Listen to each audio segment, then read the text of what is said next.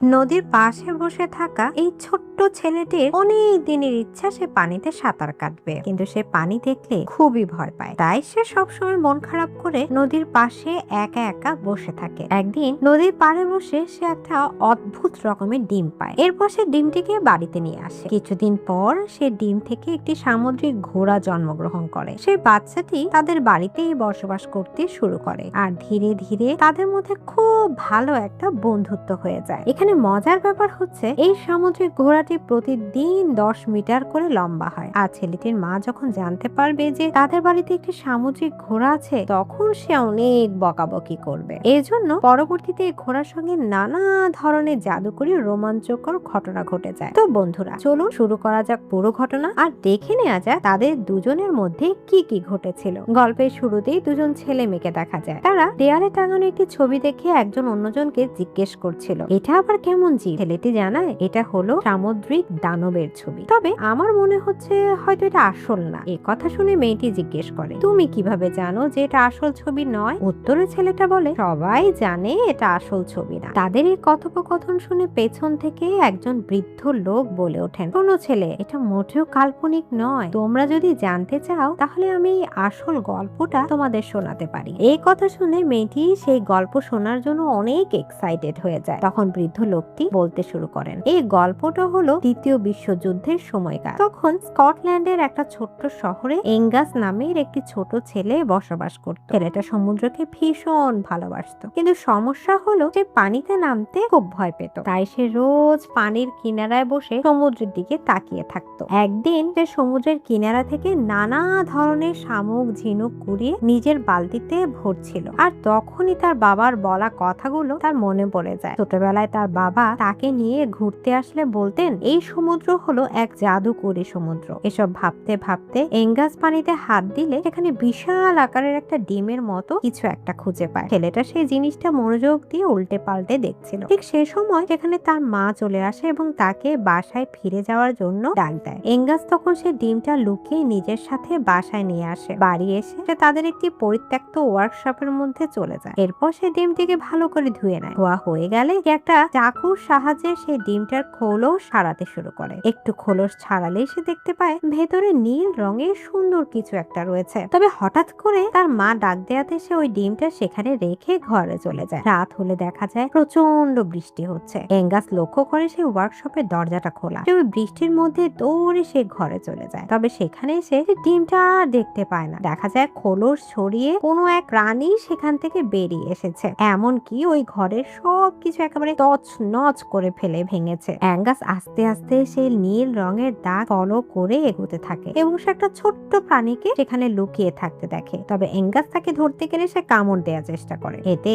এঙ্গাস অন্য ঘরে গিয়ে সেখান থেকে একটা আলু নিয়ে আবারও সেই রুমে চলে আসে। আলুটা ছোট ছোট করে কেটে সে প্রাণীটিকে খেতে দেয় এবং প্রাণীটাও আনন্দের সাথে তা খেতে শুরু করে। এর মধ্যে এঙ্গাস লক্ষ্য করে প্রাণীটার শরীরে কিসের যেন একটা ক্ষতের দাগ রয়েছে। তখন সে আবারও দৌড়ে গিয়ে মেডিসিন এনে সেখানে ব্যান্ডেজ করে দেয়। এর মধ্যে তার মা ডাক দিলে সে ছুটে তার নিজের ঘরে চলে যায়। পরদিন সকালে ঘুম ভাঙতেই এঙ্গাস দেখতে পায় তাদের বাড়িতে অনেক সেনা এসেছে। আসলে এঙ্গাসের বাবাও একজন সেনা ছিলেন, তাই তাদের বাড়িতে কয়েক প্লাটুন সেনা এসেছে কিছুদিন থাকার জন্য। আসলে তাদের আশঙ্কা হলো পাশে থাকা সমুদ্রের পথ দিয়ে নাৎসি বাহিনী যে কোনো সময় অ্যাটাক করতে পারে। এদিকে এঙ্গাসের মা তাদেরকে জানায় যে বাড়ির মালিকের অনুমতি ছাড়া তাদেরকে থাকতে দিতে পারবে না। তাছাড়া এত মানুষের খাওয়া থাকা এসব ব্যবস্থা সে একা কিভাবে করবে? এই কথা শুনে সেনাদের ক্যাপ্টেন এঙ্গাসের মাকে বাড়ির মালিকের দেয়া অনুমতি পত্র দেখায় এবং বলে খাওয়ার ব্যবস্থা সেনারা নিজেরাই করে নেবে। এরপর সেনারা সেখানে ক্যাম্প বানাতে শুরু করে। এদিকে সেনারা থাকবে বলে এঙ্গাস বেশ খুশি ছিল। সে তার বোন অ্যানিকে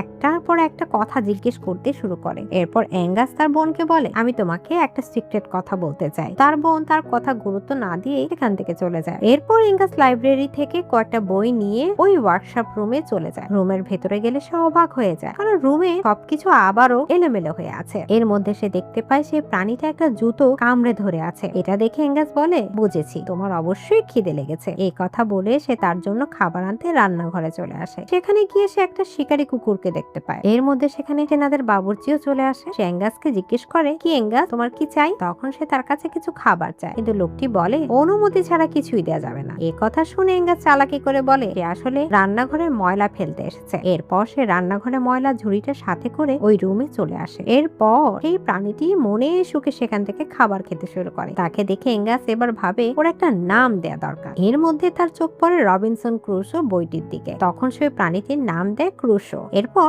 এঙ্গাস তার সাথে আনা একটি বই দেখে মেলানোর চেষ্টা করতে থাকে যে এই প্রাণীটি আসলে কোন প্রজাতি। গল্পের এই পর্যায়ে সেই বৃদ্ধ লোকটা ছেলে মেয়ে দুজনকে জিজ্ঞেস করে, তোমাদের কি সত্যি গল্পটা ভালো লাগছে? উত্তরে তারা জানায় গল্পটা সত্যি অনেক ভালো লাগছে, আমরা বাকিটাও শুনতে চাই। এই কথা শুনে বৃদ্ধ লোকটি আবারও বলতে শুরু করে। এরপর এঙ্গাস আর ক্রুশের মধ্যে অনেক ভালো একটা সম্পর্ক গড়ে উঠতে শুরু করে। তবে ক্রুশোর শরীর ধীরে ধীরে শুকিয়ে যাচ্ছিল। এটা দেখে এঙ্গাস ক্রুশোকে একটা ড্রামে পানি ভরে তার মধ্যে রেখে দেয়। পানিতে ছাড়তেই এঙ্গাস লক্ষ্য করে ক্রুশো পানিতে গিয়ে বেশ আনন্দ পাচ্ছে। সেই সাথে সে পানির মধ্যে অনেক খেলা করতে থাকে। এসব দেখে এঙ্গাস ভাবতে থাকে, আমিও যদি তোমার মতো এভাবে সাঁতার কাটতে পারতাম, কিন্তু আমি তো পানিতে নামতে ভীষণ ভয় পাই। এরপর এঙ্গাস সেখান থেকে চলে যায়। পরদিন এঙ্গাসের মা সেই রুমে চলে আসে। আসলে রুমটা ছিল এঙ্গাসের বাবার। তার মা লুইস নামের একজন প্লাম্বারকে রুমটা পরিষ্কার করার দায়িত্ব দিয়ে যায়। এরপর লুইস এর পানি ভর্তি ড্রামটি বাইরে এনে সেটার পানি ফেলে দেয়। এর মধ্যে এঙ্গাস দৌড়ে এসে চেক করলে দেখতে পায় সেখানে ক্রুশো নেই। এটা দেখে সে লুইসকে জিজ্ঞেস করে, আপনি কি পানি থেকে কিছু একটা বের হতে দেখেছেন? লুইস বলে সে কিছুই দেখেনি। এঙ্গাস লুইসকে ক্ষুব্ধ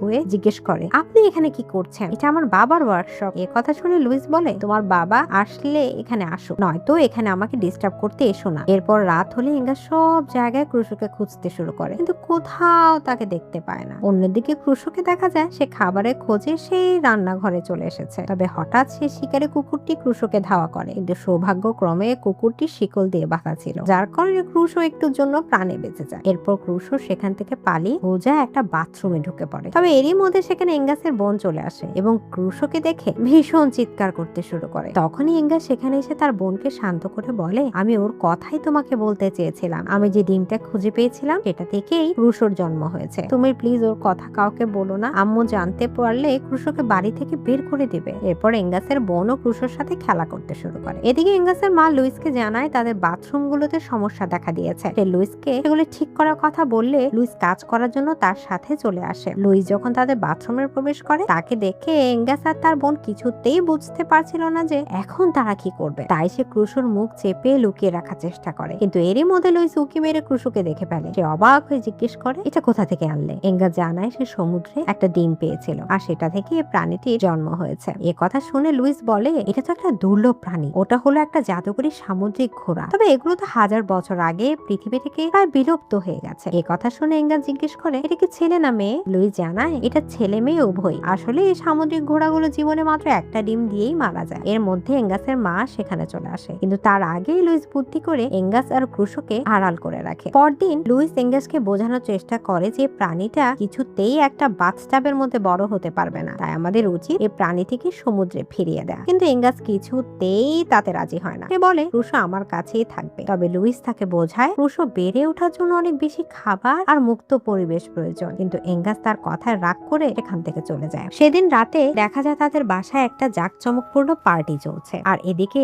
এঙ্গাস ক্রুশোকে খাবার খাওয়াচ্ছিল। এর মধ্যে তার বোন এসে এঙ্গাসকে ডেকে নিয়ে যায়, আর এদিকে ক্রুশো সে বাথটাব থেকে এক লাফে বাইরে বেরিয়ে যায়। সবাই যখন পার্টিতে ব্যস্ত ছিল, অন্যদিকে আবার ক্রুশোর সাথে সেই হিংস্র কুকুরটির দেখা হয়ে যায়। সেই কুকুরটির হাত থেকে নিজেকে বাঁচাতে পালাতে শুরু করে, এতে করে উপরে দামি জিনিসপত্র ভাঙতে থাকে। এই আওয়াজ শুনে এঙ্গাস বুঝে যায় আবারও কোনো ঝামেলা হয়েছে, তাই সে তাকে খুঁজতে যায়। এরই মধ্যে ক্রুশো খাবার টেবিলের নিচে লুকিয়ে পড়ে, আর সেই কুকুরটি ক্রুশোকে খোঁজার জন্য খাবার টেবিলের উপর থেকে সব খাবার নষ্ট করে দৌড়ে যায়। এদিকে লুইস আর এঙ্গাস মিলে সব জায়গায় ক্রুশোকে খুঁজতে থাকে। অন্যদিকে ক্রুশো বাড়ির সামনে সাজিয়ে রাখা বড় বড় মাছগুলো দেখে সেগুলো গপ গপ করে খেয়ে ফেলে। এরই মধ্যে লুইস এসে ক্রুশোকে ধরে ফেলে আর একটা বস্তায় ভরে লুকিয়ে নিয়ে যায়। পরদিন সকালে লুইস এসে এঙ্গাসকে জাগিয়ে তার সাথে বাইরে নিয়ে যায়। বাইরে গেলে এঙ্গাস তো অবাক হয়ে যায়, কারণ মাত্র এক রাতে ক্রুশো অবলীলা বেশ বড় হয়ে গিয়েছিল। এরপর তারা গাড়িতে করে ক্রুশোকে পাশের বড় নদীতে ছেড়ে দেয়। তাকে চলে যেতে দেখে এঙ্গাসের ভীষণ খারাপ লাগছিল, কিন্তু ক্রুশো এত বড় পানি দিকে মনে সুখে সাঁতার কাটতে শুরু করে। এরপর তারা সেখান থেকে চলে যায়। এর মধ্যে দেখা যায় এই নদীতে একজন ছেলেও তার বাবা মিলে নৌকা নিয়ে মাছ ধরছিল। হঠাৎ তারা বড়শিতে বিশাল কোনো মাছের টান অনুভব করে। এতে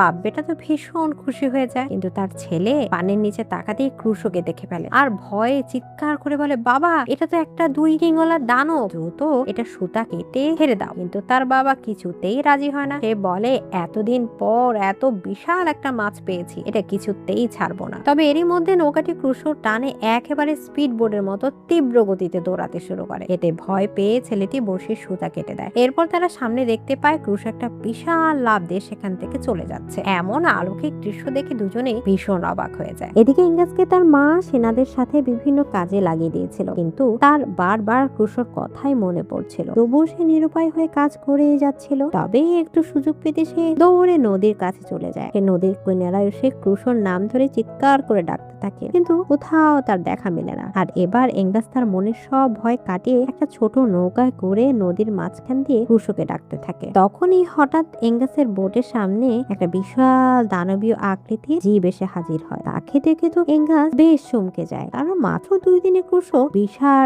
ডাইনোসরের মতো আকারের হয়ে গেছে। ক্রুশো এঙ্গাসকে চেনে ফেলে এবং তাকে তার কাঁধে তুলে নেয়। তাকে নিয়ে এসে পানির মধ্যে মনে সুখে খেলতে শুরু করে। আর আজকে জীবনে প্রথমবার এঙ্গাসও তার পানি ভিত কাটিয়ে ভয়কে জয় করে পানির মধ্যে ক্রুশোর সাথে খেলা করতে থাকে। তারা পানির নিচে অনেক সুন্দর সুন্দর মাছ দেখতে পায়, এমনকি তারা পানির নিচে একটা বড় লোহার জালও দেখতে পায়। তারা দুজন বেশ মজা করছিল। এর মধ্যে সেই বাবুর্চির কুকুরটি ক্রুশোর গন্ধ পেয়ে নদীর দিকে ছুটে আসে। তখন এঙ্গাস ক্রুশোকে বলে, তুমি দ্রুত এখান থেকে চলে যাও, এই কুকুরটি তোমাকে দেখে ফেলে আবারও সমস্যা হবে। এই কথা শুনে ক্রুশো চলে যায়, কিন্তু যাওয়ার আগে সেই বাবুর্চি ক্রুশোকে এক ঝলক দেখে ফেলে। এরপর বাড়ি ফিরে এঙ্গাস তার আজকের এই নতুন অ্যাডভেঞ্চার কথা তার বোনকে জানায়। অন্যদিকে সেই জেলে বাবা ছেলে দেখা যায়, তারা দুজন আবারও মাছ ধরার নৌকা নিয়ে নদীর কাছে এসেছে সেই সামুদ্রিক ঘোড়াটার ছবি তোলার জন্য। তারা বলা বলি করে, যদি একবারও সামুদ্রিক ঘোড়ার ছবি তুলতে পারি তাহলে আমরা খবরের কাগজে বিক্রি করে অনেক ধনী হয়ে যাব। অন্যদিকে সেনাদের দেখা যায় তারা নিজেদের যুদ্ধাস্ত্র গোলা বারুদ সাথে নিয়ে নদীর পাশে এসেছে মহড়া দেওয়ার জন্য। তারা গোলা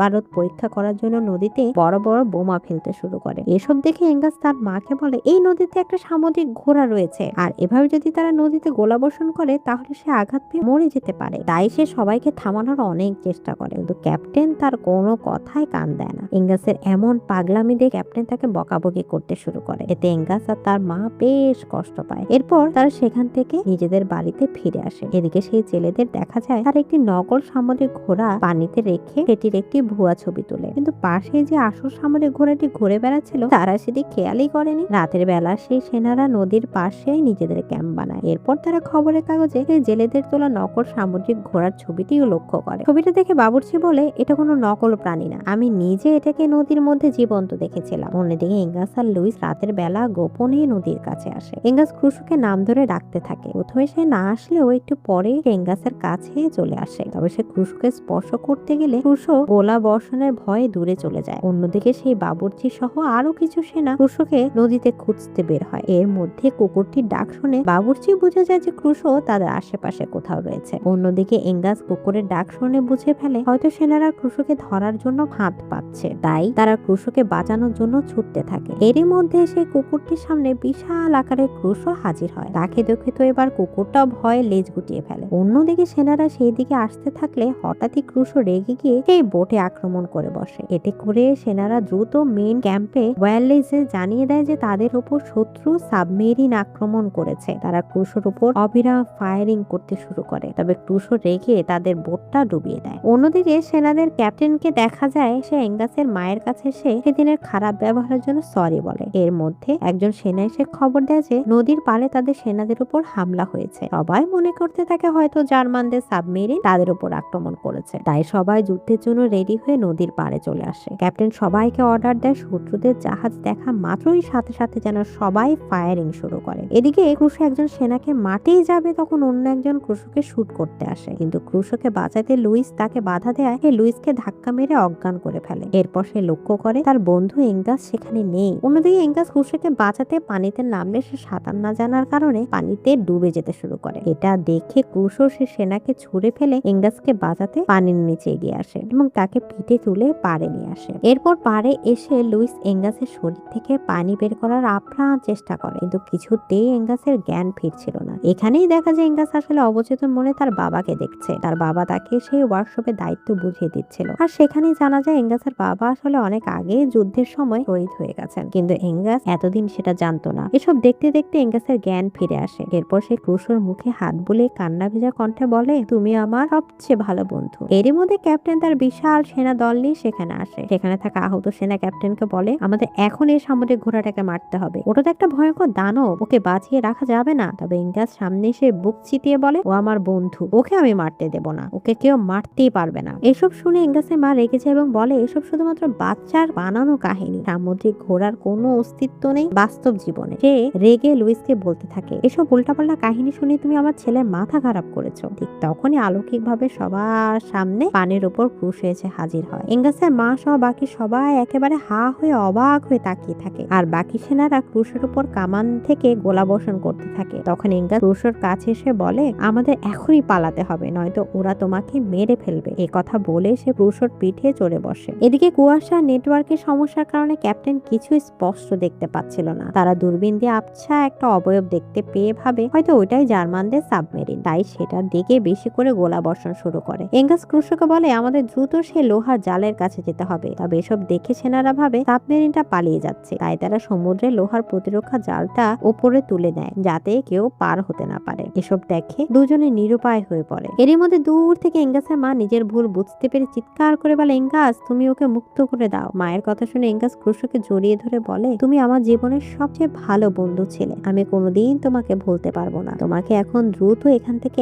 এক লাফে পালিয়ে বাঁচতে হবে। এ কথা বলে সে ক্রুশোর উপর থেকে পানিতে ঝাঁপ দেয়। এরপর লুইস আর ক্যাপ্টেন তাকে বোটে তুলে নেয়। ক্রুশো তার সমস্ত শক্তি দিয়ে সেই উঁচু লোহার জালের উপর দিয়ে এক বিশাল ডাইভ দিয়ে ওপাশে চলে যায়। তবে যাওয়ার সময় ক্রুশোর পায়ের ধাক্কায় সেই জালের এখান ফিরে যায় এবং শেষমেশ সামুদ্রিক ঘোড়াটি মুক্ত সমুদ্রে চলে যায়। পরদিন সকালে সবাই মিলে নদীর পাড়ে আসে। এঙ্গাস তার মাকে মন খারাপ করে জিজ্ঞেস করে, মা, ক্রুশো হয়তো আর কখনো আমাদের দেখতে আসবে না, তাই না? তবে ঠিক তখনই ক্যামেরা দেখা যায় সমুদ্রের নীল জলরাশির বুক চিরে ক্রুশো দূর থেকে এঙ্গাসকে এক ঝলক দেখার জন্য এগিয়ে আসছে। গল্প বলা শেষ হলে সেই বৃদ্ধ লোকটা ছেলেমেয়ে দুটিকে মুচকি হেসে বলে, আমি এতক্ষণ তোমাদের যে গল্পটা বলেছিলাম সেটা পুরোটাই সত্যি, আর আমার নামই হলো এঙ্গাস ম্যাকমারো। আর এরই সাথে এই চমৎকার সিনেমাটি শেষ হয়ে যায়। তো বন্ধুরা, কেমন লাগলো আজকের এই আবেগঘন গল্পটি তা অবশ্যই কমেন্ট করে জানিয়ে যাবেন। আর যারা এখনো আমার চ্যানেলটি সাবস্ক্রাইব করেননি তারা অবশ্যই একটা সাবস্ক্রাইব করে দেবেন। ফিরে আসবো আবারও কোনো নতুন মুভির গল্প নিয়ে। ততক্ষণ ভালো থাকবেন, সুস্থ থাকবেন। ধন্যবাদ।